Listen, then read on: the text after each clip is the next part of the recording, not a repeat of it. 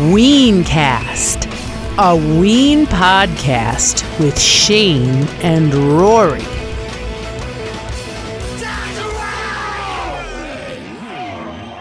Hey, what's up? This is Shane. And this is Rory. And this is Weencast. Hell yeah, motherfuckers. Adults only, motherfuckers. Welcome to a new episode. Yeah, man. Dude, I'm excited to be here. Yes, me too. Me too. It is great to be here. Before we get started, we want to take a minute and remind everyone, summer contest. It's our third annual podcast summer contest, and we are calling this one the 2022 Weencast Summer of Lovin' Favorite Ween Album Fan Contest. Yes. It's a mouthful because Ween albums are a mouthful. Because things that are mouthfuls are good. We want to hear about your favorite Ween album. Yes. Anything that you want to say, anything you want to tell us, but you got to talk about your favorite Ween album. You got to pick one. Yeah, tell us what your favorite Ween album is and tell us why. Yeah, you can drop us a message on anchor.fm/Weencast podcast. And if it ends up not letting you talk too long, just drop a second message. No worries, no hurries. Or you can also send us an audio file to our email address at weencastpodcast@gmail.com. Yo. Yeah, man. Send us whatever. Send us your favorite Ween album and why. If you got a little story about buying one of them or whatever, hey, man, whatever. We want to hear it. And I had mentioned in our last episode, some of your friends that may not be big Ween heads, it's a perfect opportunity to get them involved because I think anybody who even knows about the band probably has a favorite album. So even if it's someone that hasn't listened to all the records, hey man, they're welcome too. So get your buddies to join in. Totally. If you try to expose your significant other to Ween and they ended up liking one album, and they could say why they like that one and not the others. Yeah, exactly. Stuff like that happens all the time. So, you don't have to be the Ween encyclopedia or anything like that to join in the fun. Get somebody who's just a casual fan. It's all good. We want to hear from those people too. Totally. And there could be, maybe an album has special meaning to you, let us know. And you will win. The winner of the contest will win an actual prize. Oh my gosh. Yes, you do. You win an actual prize. Shane, do you want to tell them about it? Our buddies at West Brandywine Woodworks are going to make a custom-made, bugnished, emblazoned wooden wall hanger. Yes. Yeah, something like that. Basically, it's a piece of wood artwork that you hang on your wall, and more or less, it is a framed, emblazoned bugnish. This would be awesome for someone who's got that Ween poster wall going, or like a Ween poster room going. This would be fucking sick. Yeah, totally. The bugnish will be emblazoned into tongue and groove cedar. It's going to look beautiful. That sounds sexy. Cedar wood. Yeah, dude. And it's going to be surrounded by a dark stained wood that's going to surround it, like frame it. So it's almost going to look like a framed bugnish on your wall, but it's all going to be made of wood. Pretty cool. That's awesome, man. So the winner that's chosen by us will win that. There's only going to be one winner. So your story might get into the episode that we're going to have, but there can only be one winner. So please, please, please get your story to us. Get your audio recording to us, your favorite Ween album and why. It can be only one. It's like, so Highlander's only one. If you're talking two, you're talking Sith. But we're talking Highlander. There can be only one winner. Only one person will win this. What's up, Ween heads? It's Travis here from West Brandywine Woodworks, and we are back again for the 2022 Weencast Summer of Lovin' Favorite Album Fan Contest. This year, we would like to offer free nationwide shipping on all kitchenware orders over $50. This includes coasters, cutting boards, utensils, and more. Along with kitchenware, we offer custom builds for almost anything you can dream up. From modern chic to rustic appeal, we've got you covered. So if you're looking to spice up your kitchen or living space with custom handcrafted high-quality wooden items, let us know. You can find us on Facebook and Instagram at West Brandywine Woodworks, and feel free to reach out for info and estimates. Bugnish lives! Let's get into the episode we want to talk about. Let's get into the show we're here to talk about. So our last podcast was about the night one of the Borgata in Atlantic City. The Borgata. What are we talking about? The Borgata? We're here to talk about night 2, which was June 11th at the Borgata Event Center in Atlantic City, New Jersey. And a beautiful evening it was, dude. Yeah, man. It was a beautiful evening on the beach, dude. The first show that both of us were at in a long time. That's true. That's true, man. Since before the pandemic, actually. That's true, because the Philly Met, you ended up not being able to make it. That's very true. Yeah. The last time I was there to see a show was the Philly Met 2019, so it was before the pandemic. Yeah, dude. Long time coming. No, it was great to see you, man. It was great to see you, for sure. It was great to actually be able to make it to something for a change. But yeah, dude, it was a beautiful day. Just a little bit about what I was up to. The last episode I talked about how my whole family went up for the weekend.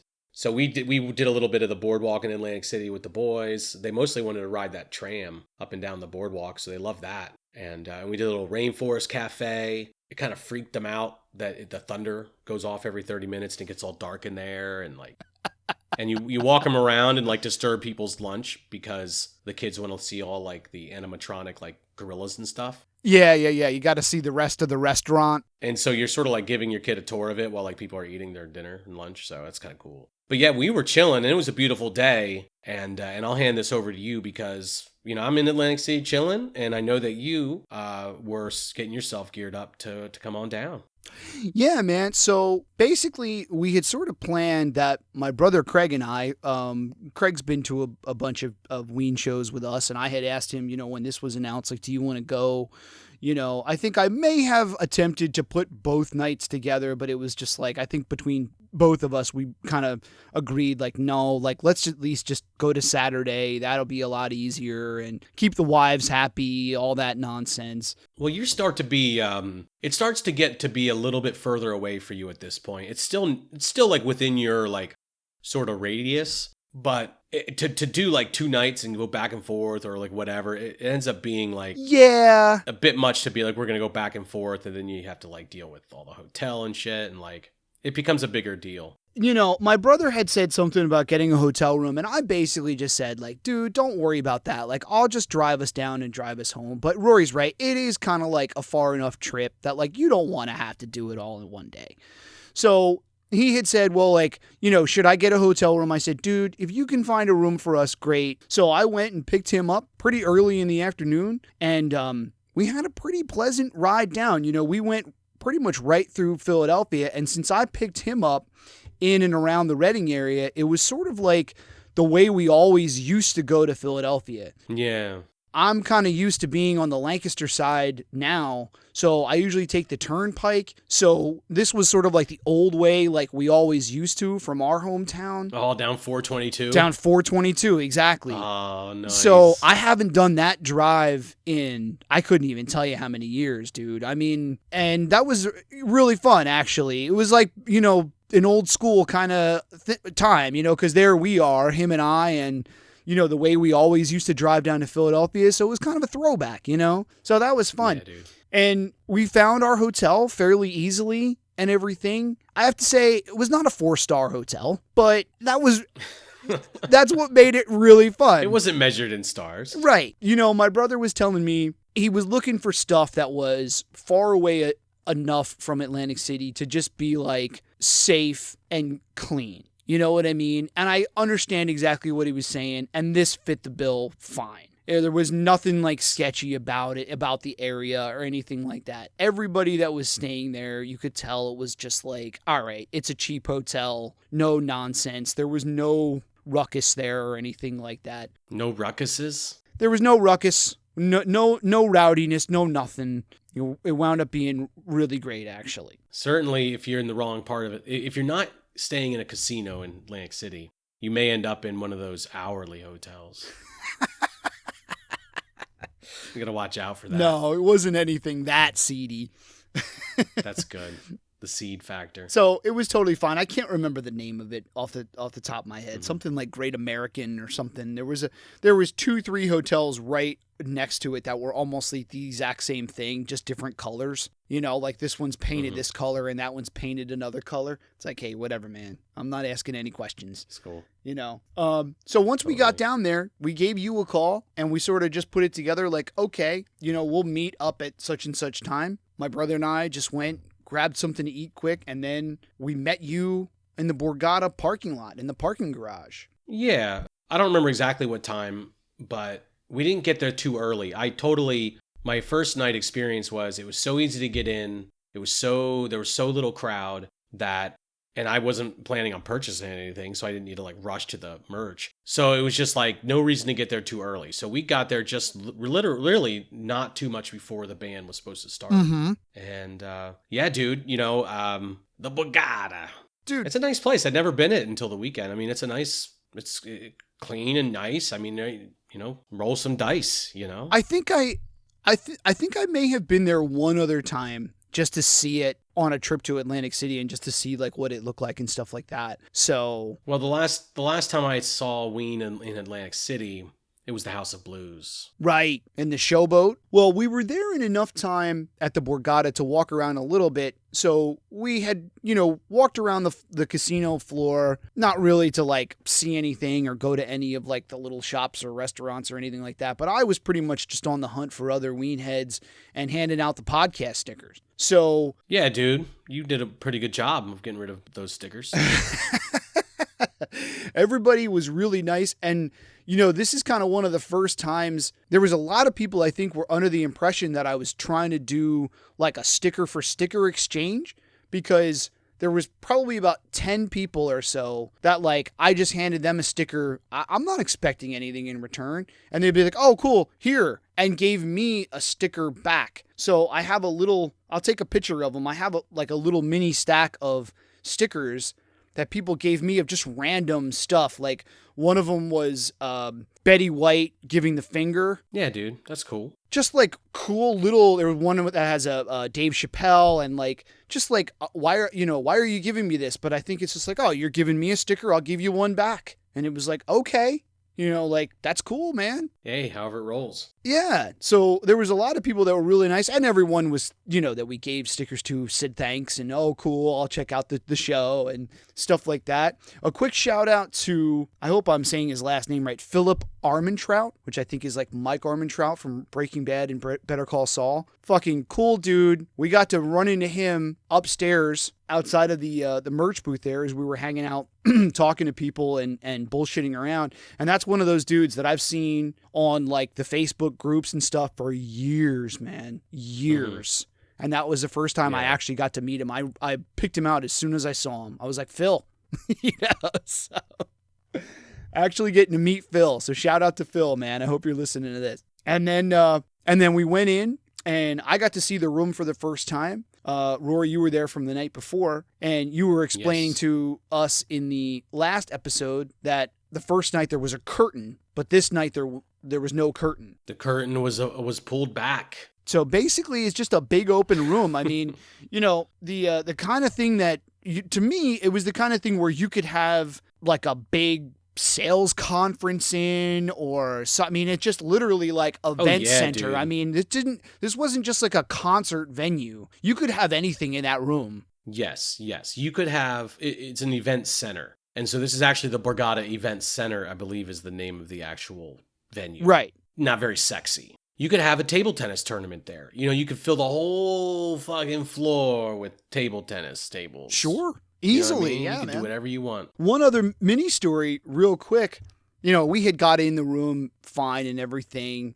Nobody gave us any sort of grief or, you know, patted us down too badly or anything like that. Security, I think, was very chill, in my opinion. And I'm handing out the stickers and we're just standing around talking, waiting for the show to start. And I think we got in line, or we were about to get in line for, drinks. A lady came up to me and she was in like a uniform. I'm not exactly sure what she was supposed to be for the night, but I think she might have been some sort of like fire marshal. Yeah. Or like fire service, you know. I don't ask her exactly, but she was definitely in like a uniform, but she was cool as hell. And she was kind of easy on the eyes also. And she saw me handing out the stickers and she was like, hey, what is that you have there? And I'm like, oh, just stickers for our podcast. And she was like, oh, that's cool. And she's like, do you know these guys? And I said, well, no. I said, I've met them over the years, but no, I'm just a fan. And she's like, oh, okay. She's like, did they play like the first Bonnaroo? And I was like, fuck yeah. And she's like, I thought so because I was in college and I went to it. And we started talking about, but she's like, so I knew I recognized the name and that's why I wanted to come tonight and work the show. And I'm like, oh, okay, cool. And we were talking about Bonnaroo and just like going back and forth and whatnot. And then someone else had come up and needed to ask her questions about like, the night or whatever. So she had to deal with that. And then she came back and was talking to me a little bit more and said something like, yeah, when I first came up to you, they had asked me to come and make sure you weren't selling stuff. And I'm like, no. I'm like, of course I'm not trying to sell anything. And they're like, yeah, because you can't. She's like, because you can't solicit anything in here. I'm like, no, I know. I would never, do anything like that. I'm like, trust me, you won't have any problems from this crowd. Everybody is chill. Don't worry about it. Like, you guys are going to have an easy night tonight. Which hopefully ended up being the case. I'm pretty sure that it was, It's funny because you sort of start off, but you gave her a little bit of an Irish, like, what do you got there? Yeah. She may have been Irish. I don't know. Was she an Irish lass? So we were in line waiting to get some drinks when the show just started. Yeah, dude, that was a slow moving line, dude. Yeah, man. I think by the time we actually got our drinks, it was 3-4 songs into it. But yeah, do you want to do the set list? Sure, I'll do the set list. I'll do you a set list. All right, so here's your set list. You Fucked Up, Nan, The Grobe, I Can't Put My Finger on It, Waving My Dick in the Wind, Roses Are Free, Push the Little Daisies, Oh My Dear, Falling in Love, Stay Forever, I Was Nothin', Happy Colored Marbles, Light Me Up, Piss Up a Rope, Buckingham Green, Albino Sunburn Girl, Beacon Light, Stroker Ace, Dr. Rock, Shame Maker, The Going Gets Tough from the Get-Go, I Got to Put the Hammer Down, Sorry Charlie, Don't Get Too Close, To My Fantasy, The Blarney Stone, El Camino, Put the Coke on My Dick, The Enabler, Your Party, What Diener Was Talking About, Never Squeal, with the drum solo by Claude, Someday, and then the main set ends with The Mollusk, and then the encore it's a chocolate and cheese encore, the HIV song, Spinal Meningitis Got Me Down, and Buenos Tardes Amigo. Nice. So another big set list, Yeah, long, lot of songs. Yeah, long set list. And a long show, too. All told, not including, there was a couple minutes between the main set and the encore. The show was 2 hours and 39 minutes, just a few minutes shorter than the night before, which I think was 2 hours and 45. Mm-hmm. So that's a long show. I mean, that's not going to be like legendary, like 3.5 hour show or some shit. But that's, anymore, that's definitely like a nice long show. Yeah, you're closer to 3 hours. I mean, Yeah, dude. That's fucking awesome. Yeah. So that's great. So it's a nice long show, a long run time, a long set list. Another great show, dude. Mm-hmm. Like 2 nights in a row. Obviously nowadays Ween does a lot of these like 2, sometimes 3 night stands at like one venue. Right. So the shows are all meant to like work together. Like they don't repeat songs, things like that. So, so in that sense, another night of a whole bunch of rarities. There's a few rarities in this night. You know what I mean? I wouldn't say it's as many as the previous night, but there's a couple. Well, there's a few fewer. I want to say that I put together some numbers. There's about 13 songs that were played 100 times or less this night, and I think there's just a few more the night before. Okay. So, but yeah, dude, I say we start kind of going through and talking about it. Yeah. So the show opens up with You Fucked Up, which that's kind of a wild opener, dude. Yeah. Like, it's not often that they do You Fucked Up as an opener. Like, I was thinking about, like, wow, man, this is interesting. And I actually looked it up, and they only use it as an opener 8 times. Dude, that's nuts, man. I mean, I can't believe it's that few. Yeah, dude. And to be honest, I guess I could have looked up and seen, did I ever see them do it as an opener before? But I don't think that I have. I may have, but it definitely stuck out to me. And like, that's really fucking cool. Well, I'm kind of jumping ahead a little bit here, but that's another good example of the Friday night show. We were talking about how it doesn't really have any rhyme or reason as to which songs are where. And that's a good example of that, because that's definitely one back in the day would be saved for like the end of the night. Yeah, sometime later for sure. Not an opener. Like obviously it was only 8 times. Usually would be like the last song of like the main set or close to it. Totally. Yeah. And so to have it be right up front is definitely pretty cool. Definitely stands out. So that's a cool moment at the beginning. Yeah, of course. There was this thing where I was actually just looking it up before we started, and Diener does this guitar riff right before they open. Like, first off, there's a little bit of an intro where they're just sort of up there, like jamming a little bit, like sort of warming up the guitar, sort of thing. Yeah, making sure everything's plugged in. And then he does this, like right before he's about to break into it, it's like, and I'm gonna do it one more time. And I don't know anyone out there, if that's familiar to anyone. On the one hand, it occurs to me it's a little bit like Transdermal Celebration, but it made me think it was like some kind of crazy Catholic, like a classic rock tune, like some kind of like a classic rock guitar riff. Yeah, like that's what he always uses to get the guitar ready. Yeah, or like sometimes does, like just sort of want to like fuck it out, like throw it out there, like it's a bullshit thing. Yeah. So I don't know if anyone knows anything about that, or like what that is, or if that sounded familiar to anyone. That's interesting. I thought that was kind of weird. Yeah. And it was like literally like a moment before. I don't think it doesn't sound like anything that should be a piece of You Fucked Up. There was a weird, interesting thing. So Can't Put My Finger on It. The standard Can't Put My Finger on It they have like the chant intro. Mm-hmm. Yeah, it was a little bit like kind of short and like low on the theatrics for this show. The one thing that was interesting is there were some moments in the intro that sort of sounded a little bit like Spring Theme instead of Can't Put My Finger on It. Cool. So that was kind of interesting. Like, and I can't I don't have all these like go-to, I'm going to hum it, so I can't hum this one, but yeah, it was like an interesting moment in like the intro jam that was a little bit more like, or something like, it was like that more so than Can't Put My Finger on It. So that was kind of, I don't know. Cool, man. Just little weird things I'm picking up on. Yeah, good call out. I guess when you listen to this show like 4 times, actually 5 times now, I guess, you start to pick up on weird shit.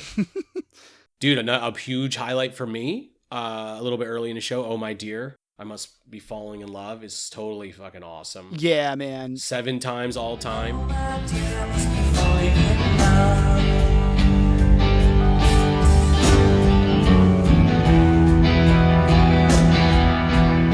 I want to hear that guitar solo again.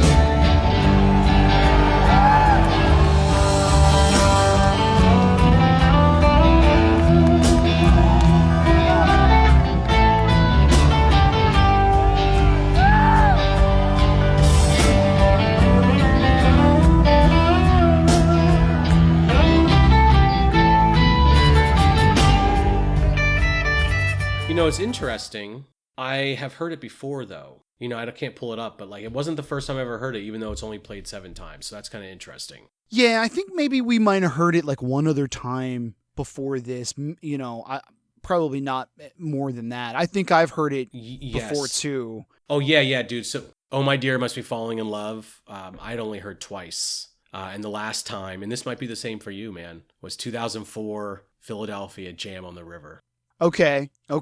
So that was the last time. So that was cool. Like, there was no songs from this night that I had never heard before live, which the first night, June 10th at the Borgata, there's like 3 songs that were my first listen. Okay. So this night there were none that were my first. There was a few that were my second time hearing it live, and totally Oh My Dear. And that's so badass that it's like not been since 2004. Wow. Yeah, that's awesome, man. Like, that's pretty cool. I'm glad they played that this night and that my brother was along, because I know that's sort of one of his standouts as far as like the early songs. Totally. Because back in the day I had loaned him like my like stack of Ween CDs, and he made his own Ween CDR. Yeah. I wonder if he still has that. I'll have That's to ask cool. that. And that song was totally on there. Like, he totally picked that out himself and put it on there as one of his favorite tracks. That's cool, dude. Yeah, that's awesome, dude. That's so cool. Yeah, dude, having Craig along, not to get back off track again about that, but like you were saying how it was like it was an old school drive, you know, like the old way we used to go down from like the Reading area. Mm-hmm. And obviously I know Craig's been to a couple of the Philly Met shows with us, but he's been to shows back in the day with us. So like Craig's definitely someone who, we were talking about that, weren't we last at the show? Like besides you and me, like who are the people that have seen the most shows in our like friend group, you know? Uh-huh. And Craig's one of them. Yeah. Like Craig's totally one of them. Did we figure out how many shows? I forget what we had come up with but definitely a handful or more. Like, and we saw several shows of them back in the day. Yeah, I'll have to go through them and see if we can figure it out. Because there's some more in there we haven't gotten to in the old shows. There's a few more in there, so we haven't brought them all up yet. But we saw him. He was with us in Philadelphia at the Electric Factory way back in the day. Mm-hmm. He went to, I know, a show in Pittsburgh with us. So, like, it's pretty cool. He's been to a few shows. He was definitely along for the Carbondale show, which is one of the last ones we talked about, 2002. Yes. Sorry, I'm remiss to not mention that one. But yeah, we just did. So check out that episode. We just put it out a few months back. But Carbondale, Illinois, back in 2002. Just over 20 years ago, man. Mm-hmm. Yeah, dude. But anyway, yeah. So having Craig along was totally cool. And I didn't know that. So that's cool that that's a song that's like special to him. So yeah, so that was definitely like a big time highlight of the night. Yeah. You know, and it's funny because first off, Oh My Dear, Aaron does a great, it's a great highlight because Aaron jams out on the guitar on that. So much so that towards the end, it's funny, like lately Diener just takes to like giving like barking out like commands on stage, like in the middle of songs. And so he just goes like toward the end, he's like, I want to hear that guitar solo again. So Aaron goes in and does it again. So dude, this whole weekend in Atlantic City, Aaron was definitely hitting some high points on the guitar.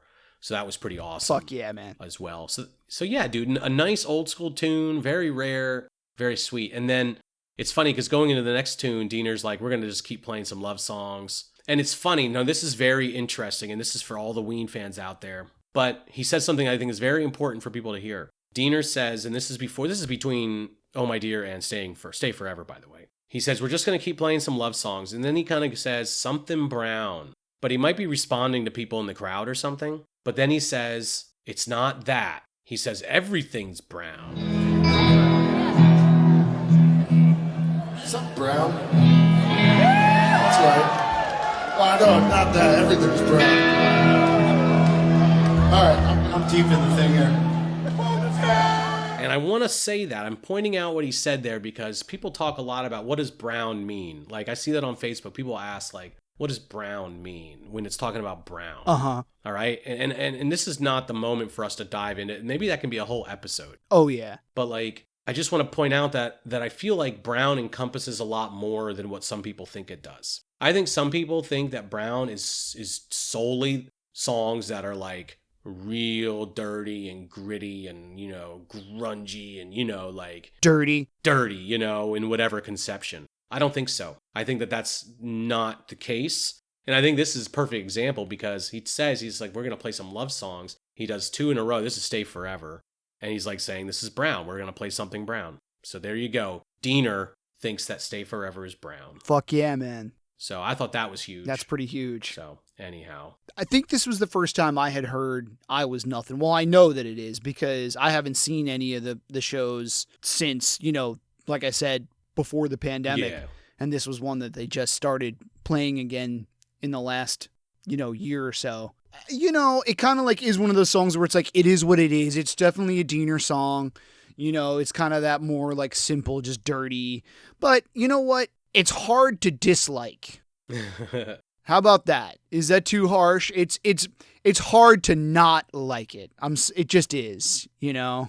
It's definitely jammed out, dude. Like, and it's a unique jam. Like, you know, Aaron definitely isn't just phoning it in. Like, it's definitely like got its own little character to it. Yeah. And it is one of those like Diener, just like kind of raunchy, like noisy, like metal songs, you know? The lyrics are not exactly all that thoughtful. Yeah. No, it's not much. Yeah. You know, here's the thing, and this, take it for what it is, you know, a critique or whatever, but they play a lot of rarities at shows nowadays, which is awesome.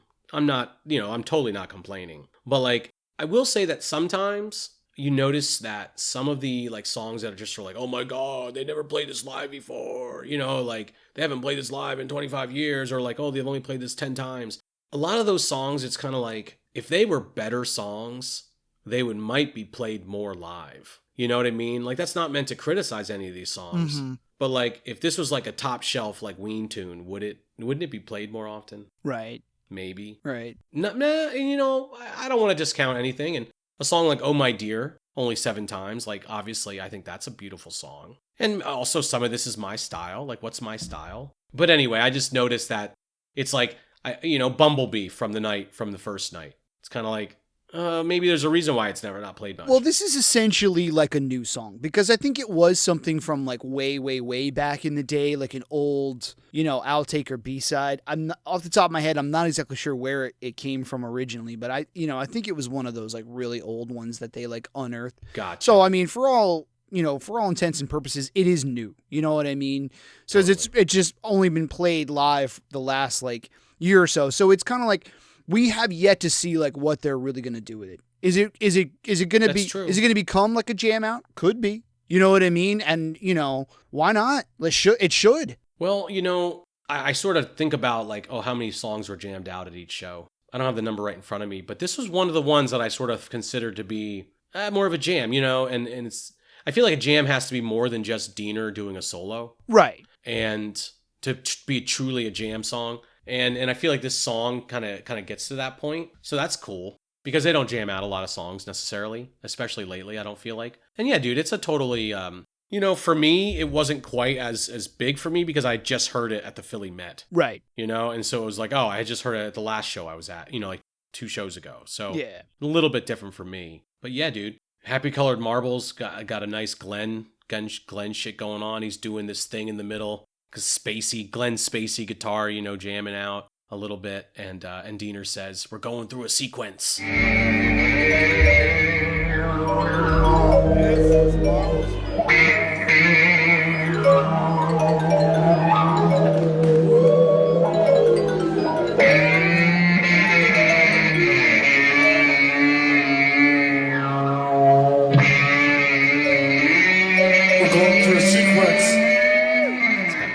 There's some nice little banner going on here and there. Dude, another little highlight for me for this show, and I don't want to get ahead of ourselves, little Friends EP, Light Me Up, baby. Dude, these were definitely a highlight of the night. I love fucking Light Me Up.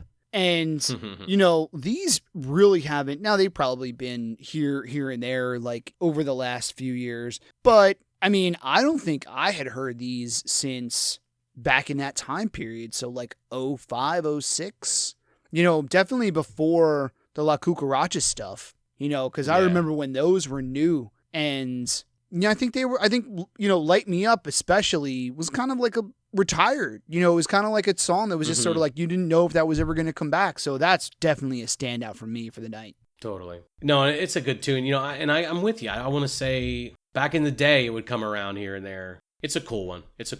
Yeah, I just remember it from when it was new. It's interesting because it's kind of one of those Diener tunes, but Aaron's singing it. Yeah. Right? Am I right? Well, I would say that. I'm sorry. Am I wrong? I would say the thing that it reminds me of the most is Bananas and Blow.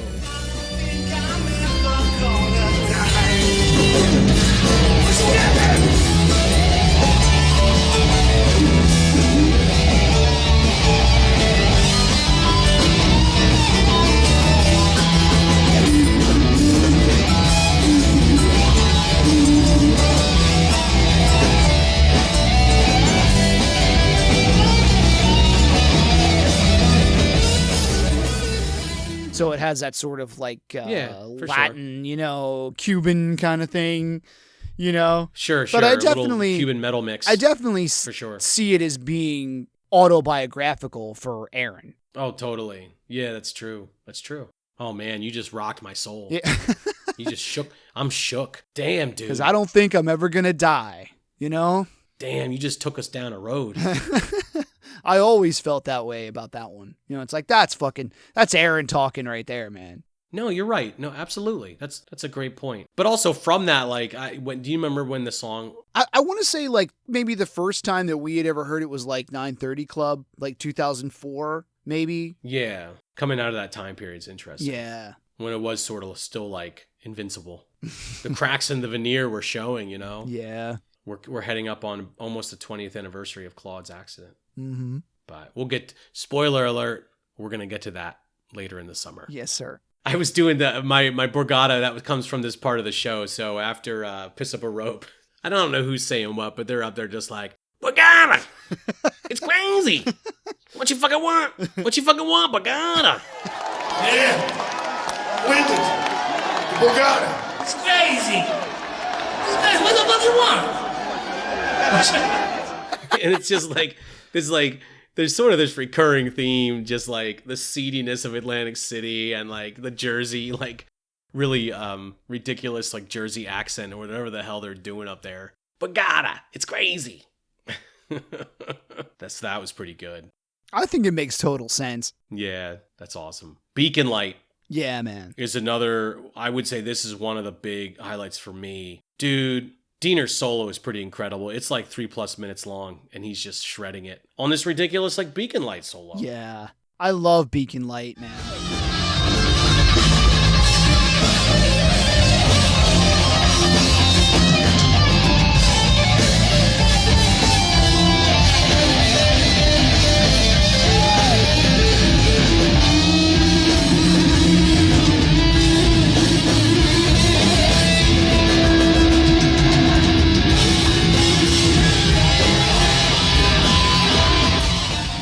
And, you know, this is a great opportunity for me to give my ex-girlfriend Erica a shout out. She's a listener, right? She listens to the show, right? She might be listening. So Erica, if you listen, please let me know that you heard me talking about giving you a shout out. So this is way back in the day. Erica is probably a huge X-Files fan. And we're talking back in the 90s. So she actually would make me watch X-Files with her. And I got her the movie as either a birthday or a Christmas gift, one or the other. VHS tape? And guess what? Yes, VHS. Nice. This is definitely VHS. And she had a little VHS TV combo that she had in her room. Cool. And yeah, dude. And of course, Beacon Light is on that soundtrack. Yeah, man. So anyway, thank you, Erica. And that's a cool Ween connection for her because I don't know that she would consider herself anything to do with Ween. It's a decent movie. I mean, it's X-Files stuff. So anytime they play Beacon Light is a time to enjoy. I don't know. I wasn't sure what I was going to say there. Awesome. And I've actually heard that song several times, so I'm not sure Yeah. but it's still brilliant. Right. Really fun. Shane Maker comes up, and that's a pretty rare tune. And before that goes on, they have a little bit of banter. Aaron's like, this is what happens after 5 years of therapy. And then Diener, I think this is a little bit of digs on Aaron, but Diener's like, this song's about the road less traveled. This song is about getting the love you want. What the fuck is that? Doesn't make sense. I think Diener just starts, I think it's a way of being like, Aaron, what the fuck? Like, who gives a shit? You know, it's like this song's, it's like we don't go around telling me what each song is about. And it's just like, what the fuck is he talking about? I don't get that at all. Getting the love you want. Yeah, it's like, Shane what? Maker. I don't know. I think it is a cool tune. It's definitely not broken out that much. But as far as the stuff from La Cucaracha, I mean, I'd say in my like top 2, 3. Really? Yeah, man, I like it. I mean, I always liked it.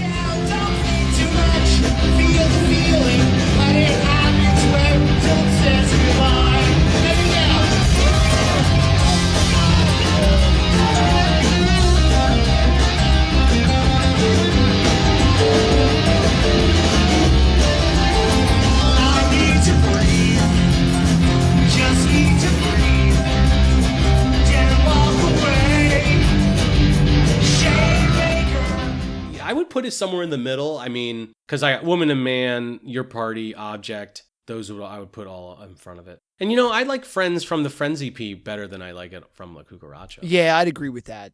It's a shame they don't bust that out more. It's a shame they don't bust out Friends more. If this night would have had the song Friends in it as well, like if they would have played that as well, that would have been nice. Friends, as far as what I saw in Brown Bass, I could be wrong. Correct me if I'm wrong. Has been played live only twice. Yeah, I know it's It's like that blew my mind when I heard that. I was like, I have never heard that live. What? Friends? yeah. So I don't know why they never really, Yeah, dude. did anything with it. It's a shame. yeah, who knows? La Cucaracha tangent. Going Gets Tough from the get-go. That's another Craig favorite, by the way. Oh, nice. Go, man. He Go. knew that one. He knew that one right away. You know, he's obviously not as big a fan as us, but that's a pretty deep cut, I would say. If you know that shit, you're pretty down. There's some good alliteration, you know. Go and get the G's. Going gets tough from the get-go. Go, man, go. Yeah. You know? Yeah. Very cool. I like that one. And that leads into one of my other favorite moments of the night, which is another Friends EP tune. Diener says, he's like, some more Ween karaoke, which I think is hilarious. And I got to put the hammer down, which is just fucking great. A great rarity. Yeah, man. I love that one as well. I love it because my friend Cassie and I invented like a hammer dance that we do to this song. We in the 2007 West Coast part of the tour. You know, I got to put the hammer down, and basically you're just gyrating back and forth, and then with that part of the song, your hands turn into hammers. Yeah, man. Yeah. And then you just got to put the hammer down. You know. Yeah.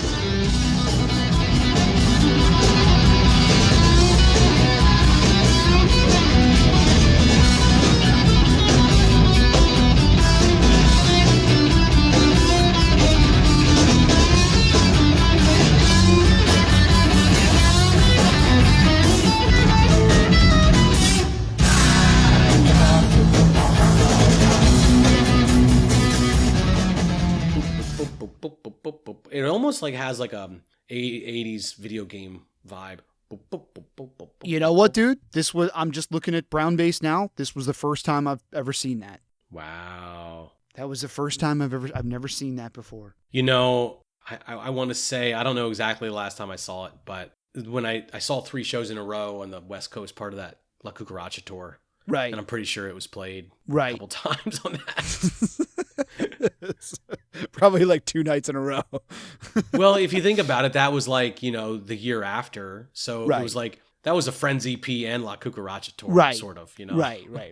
Would make total sense. That's awesome, dude. That's awesome. Yeah, so I didn't even know that. I'm glad I checked that. Yeah, that's a great tune. Sorry, Charlie, which we've obviously, you know, it's not like as rare as some of the other ones, but what's that total? 88? So still pretty rare. Dude, another huge highlight of the night, El Camino.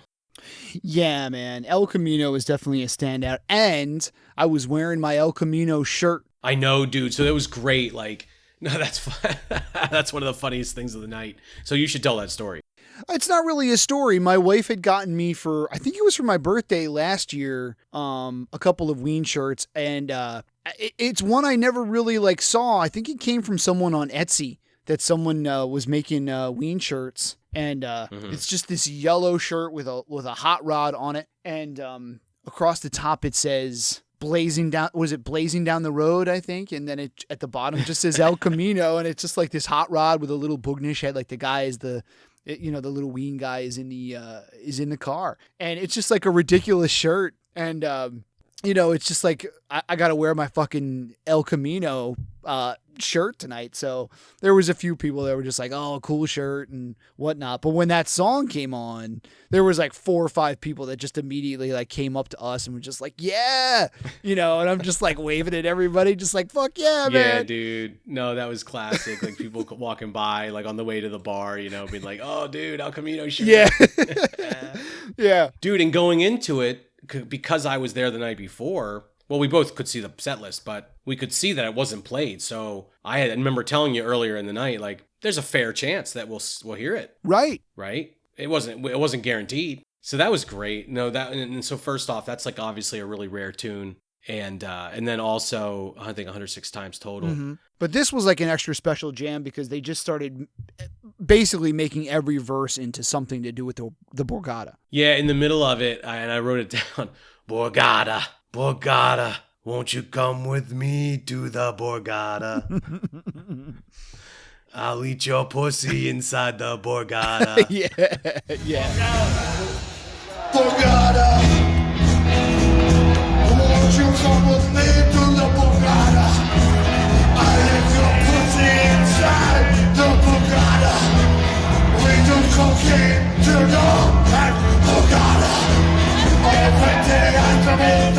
And then to add on top of that ridiculousness, they're jamming out in the bridge a little bit. And Aaron kind of starts like mumbling and slurring through like White Rabbit. One pill makes you larger, you know, sort of to the El Camino kind of thing. Boom. Yeah, I totally forgot that the music to El Camino is essentially the same as White Rabbit. I totally forgot about that.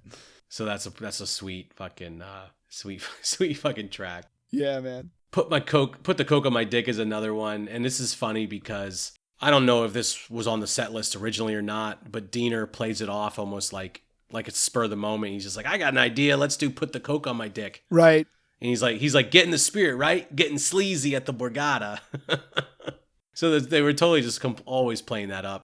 And he's like getting sleazy, and it's funny. And then Claude, of course, put the coke on my dick is a song where Claude sings, and so he's like front and center. And Claude's like, not only are my 2 kids here, but my father's here too. My missus, my son and daughter, and my dad. So it's a living. It's awesome. Gotta sing the dirty song when it's your turn, you know. And then after that, they go to Dave for The Enabler. Yeah. So that's a pretty rare track too. Yeah, dude. Diener jokes as like we're doing a round robin because like he's giving like all the supporting cast a chance to shine, which they do a better job of this night than they did the first night, I think. Yeah, I would say so. Yeah. But yeah, The Enabler's great. I love it. It's just got a nice guitar. I love the grungy guitar. That's like, you know. And Dave gives a shout out to Scotty Byrne, who is the other gentleman from Instant Death. Yeah.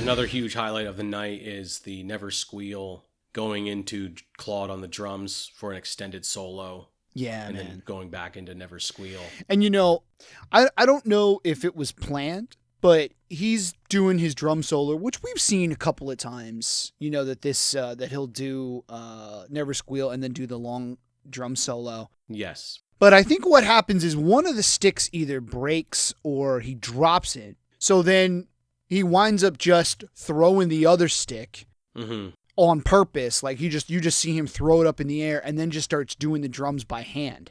And that I don't think I've ever seen before.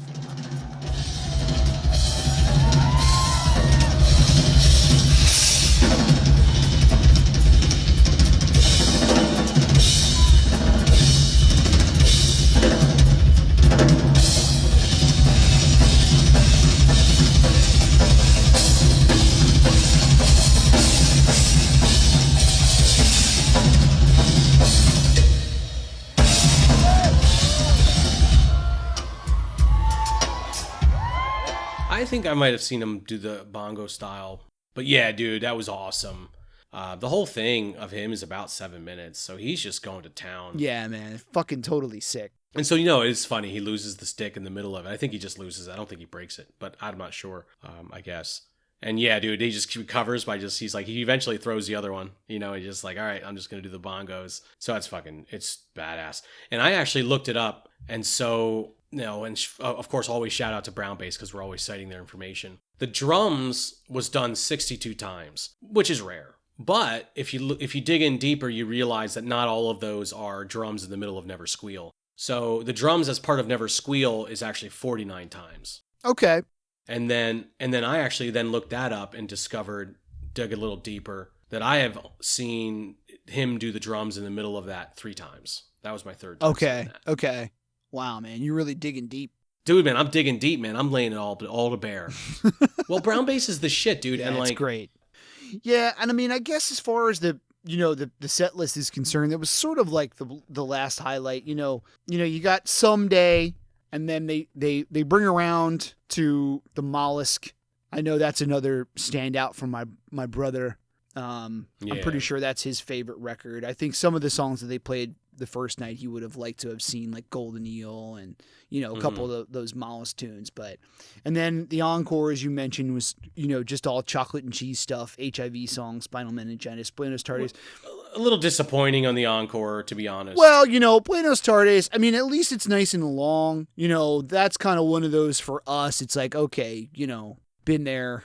Like we were saying in the beginning of the show, you can't argue with the length. I mean, you know, this is almost a 3-hour show. Not quite as many highlights and standouts as the first night. One thing we kind of skipped over, but I definitely want to mention before I forget, Blarney Stone. And that's another one where, you know, it's like, to me, I'm thinking always going to be like the last song of the night, or like the last song of like the initial set, or maybe even like part of the encore, you know? Yeah. But it was just thrown in there. And I don't think I've seen that one in a long time. I mean, yeah, back in the day, they would pretty much do that like every night. Yeah. But it was kind of retired there for a while. That's true. So it was good to see that make a comeback, and it wasn't even saved for the end. It was the 24th song on the list, if I'm not mistaken. Something like that. Yeah, dude, it's in the middle. It's 24, right before El Camino. You know, it's interesting. I would love to be able to set up, like, do like a graph where you can see like songs and how many times they were played each year. You know, kind of like so you could see like the ebbs and flows. Because it's totally like that. Like, there's songs that they'll go through periods where like they play it, but then they stop for a while and they come back to it. You should do it, man. Yeah, a lot of work in front of me. Yeah, dude, I mean, I'm with you. The ending, Someday, you know, there's some good jamming in Someday, and it's a good tune, don't get me wrong. But they play it pretty common. And same with all those. The Mollusk is obviously, you know, a standard. An HIV song, I'm sorry, it's one of my least favorite Ween songs. Spinal Meningitis. Yeah, I feel like finishing a night that's full of rarities with like 4 commons is a little bit of a letdown. Yeah, man. Because, you know, like, even though compared to night 1, so we can kind of talk a little bit about comparing the 2 nights. So the first night, and when I say a rare song, it's been played live 100 times or fewer. I just kind of decide 100. That's about 10% of the shows. So anyways, just so people know, that's kind of where I put my line. Yeah, I'd say that works, yeah. And so the first night we got 16 out of 35, and the second night we got 13 out of 35 are rare. And both of those numbers are astronomical. So you're talking about more than a third of the tunes from night 2 are rare tunes. And some of them are really rare, like Oh My Dear Must Be Falling in Love, right? It's like, wow, that's amazing. One of the things that makes this show, you know, like there's a lot more commons. Yeah. You know, songs that are played pretty frequently that have been just played like almost every night for like the last 30 years by Ween. It's like, there's a lot more of those this night than there were. I think I counted 11 songs that were played more than 350 times. Right. And for night 1, I think there was like 4. So this night absolutely had more like regulars and a few less rares. It had more jamming. I feel like there was a little bit more jamming this night, and I feel like they let a few of the other guys have a little more fun, because not only does, you know, Claude obviously has the drums in Never Squeal, but he also does, is it Stroker Ace? He does like or Waving My Dick in the Wind, excuse me. Waving My Dick in the Wind, you know, right? He has that like solo stuff that he does, like drum work. So there's a little bit more of the other guys working it tonight. Yeah, totally, which is always nice to see, yeah.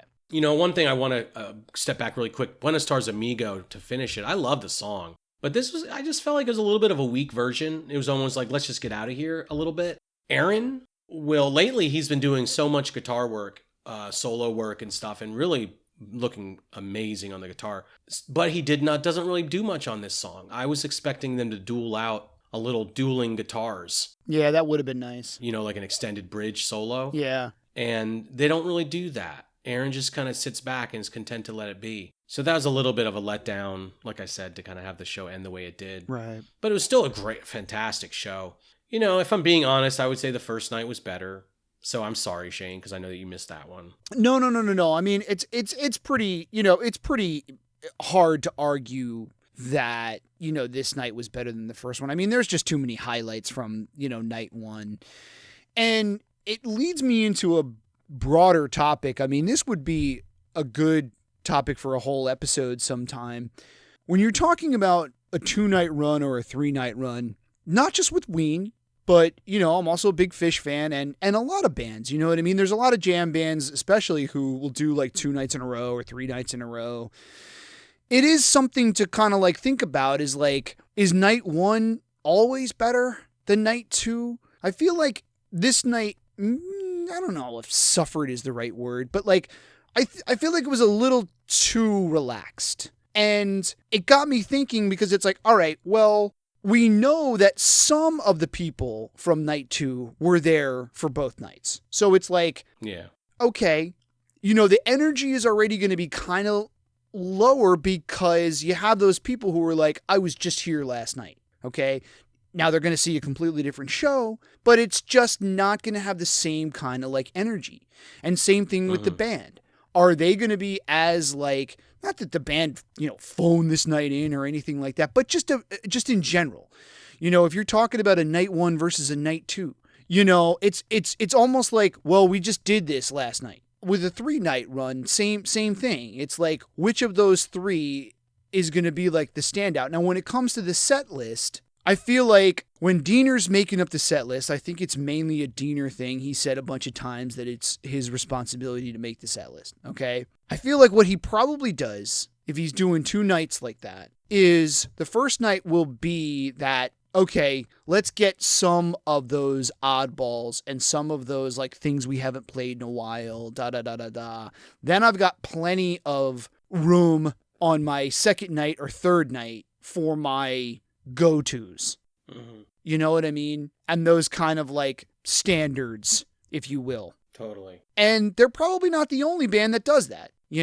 Other bands that do 2-3 nights in a row, they probably lay out the thing the same way. It's like, okay, some of them we're going to keep in our back pocket for night 2 or night 3. And I think that's probably why you see some more standards on like a show like this. It's night 2, and it's like, okay, what didn't we play last night? Okay, we got this. Not that this night doesn't have highlights. It absolutely does. But I think it's kind of like, falls into that kind of thing a little bit. Yeah. Yeah, I mean, it's interesting because I definitely see that maybe there's a little less energy the second night. Maybe they're a little worn out or whatever. I totally see everything you're saying. But the set list definitely like goes into that as well. Like, but not that every show needs to just be rarities, It's kind of like... No. And like no commons. I just would love to see, like the problem is if the commons aren't as sharp, I guess they're just not going to stand out as much. Right. But nevertheless, there's plenty of highlights. I mean, Beacon Light, El Camino, awesome. Oh My Dear, Never Squeal with the drums. I mean, I got to put the hammer down. I think you said that you never saw that live before. Yeah.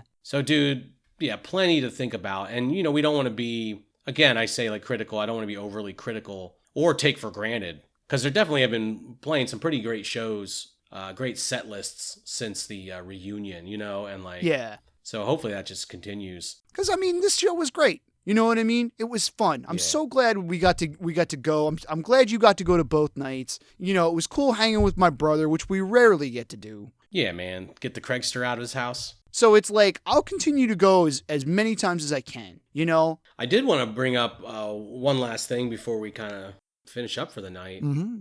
And that is that this show is special for us because it was both of ours 40th show. It just happened to work out that way. Yeah, we were not always matched up. We've been going to see Ween together since 1996, but there's plenty of shows that I've been to, like that Shane hasn't and Shane's been to that I haven't. So it's been up and down. It's not like it's been lockstep. Right. And then I just was doing the math, like a few months back and realized that since I was going to both and you were just going to one, and because of the second one, it was going to be your second, that we were going to hit 40th, the second night, of the two, that we were going to hit 40th on the same night, dude. Right.